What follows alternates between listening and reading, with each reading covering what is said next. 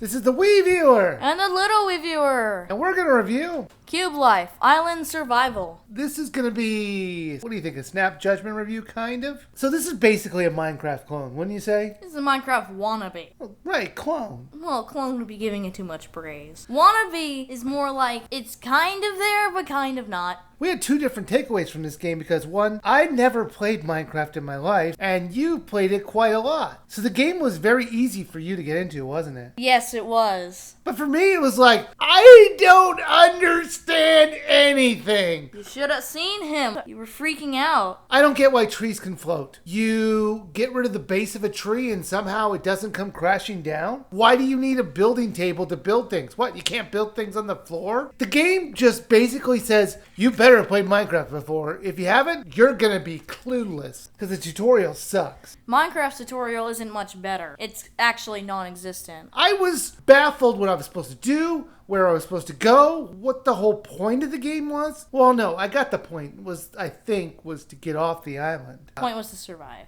Now, there's actually a story in this game, which is incredible. It actually started off pretty cool, and I was kind of upbeat about it. Because it had all these great locations that they showed you while they're telling you a story. They were just reusing screenshots that they had for creative mode, and then they just said, hey, we better whip something up to explain why just some random guys on an island. This is about an old elderly man who gets trapped on an island. The guy sounds super crotchety. He's like, I remember when Here, listen. I woke up on this deserted island, alone.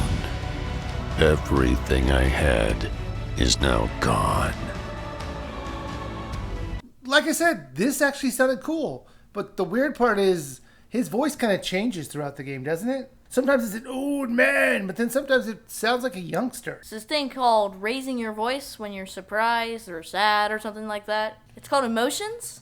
The idea is that you basically have to get off the island. And it's not just one island, it's many islands. Yes, with many loading zones in between. Oh, those loading zones. They were horrible. It made you not want to go to other places. You can see the map on screen right now. You can see all the lines on it. Each of those little line barriers are loading zones, which take at least a minute each. But I do want to say graphically, the game looks like Minecraft. And while I don't think it looks that great, some of the effects look amazing. Like the water effects. I love those. Sure, Poppin' was like crazy in this game, but the water effects look really good. At least that's good, because you're going to be spending the majority of your time around water. What did you think about the graphics and the controls and the way the game is played? The controls in this game are not the best. So The fact that you have to press the L button to jump bothers me. Yeah, I didn't get that. Why didn't you just use the other buttons? Those are for paddling your boat. Yeah, great. How about using the L and R buttons for the rare times you're paddling a boat? I mean, aren't you going to spend most of your time digging and doing all the other stuff? Now, the tutorial kind of just pops up randomly, or when you get to certain locations. I mean, literally, we got to the first island.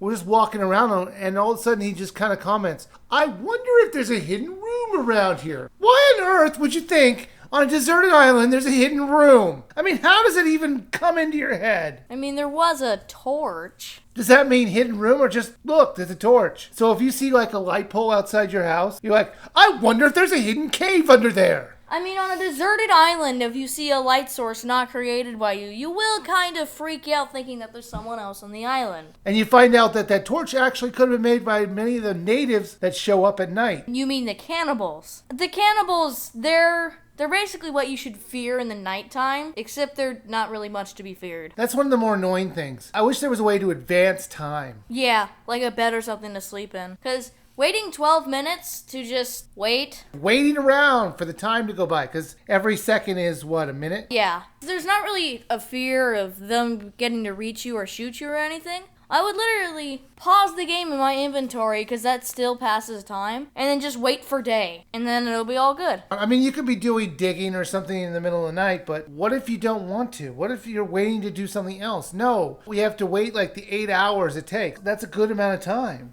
And even worse, there's only one save file. What is up with that? You can't even have a temporary file. Like, you start a new game it automatically overwrites your save. It's a little weird because the creative mode has 4. So let's actually get into the creative mode. Creative mode was you could place blocks, any block. You don't have to go digging for them. They give them to you willingly. I found it underwhelming though, because there's a lot of things you can do in the game. Go sailing and stuff, but you can't do it in creative mode. Because while you aren't creative and you can grab any block, you can grab only blocks. You can't grab crafting materials or like a crafting bench. So you can't make all these cool things that you went into creative mode to do in the first place. But they've already got it made for you. No. Like you can't build a raft and sail it in your sea. When I want to do that, I should be able to do that. But don't they give you most of the items that you would need to build? They only give you items to build, but they don't really give you any items used for say. Like you can't even grab a bow and arrow. So what did you think of the creative mode then? Did you have any problems using it? No, other than the fact that it's just hard to control the game in general, just because, it's a controller, not a keyboard and mouse. It wasn't that hard to build. Was it fun? It was pretty fun. Unlike the survival mode where you have multiple quadrants, in creative mode you only get one spot of land. You can't go in other ways. You have to deal with water, you have to deal with hunger. Is that pretty normal for Minecraft type games? Thirst is new, but other than that, no. And thirst can be fixed by drinking coconuts. Coconuts for days. You'll be in the bushes a lot. No, it usually takes like 2 minutes and you get 3 days worth of food. No, I meant because coconuts are diarrhea. Never mind. Okay.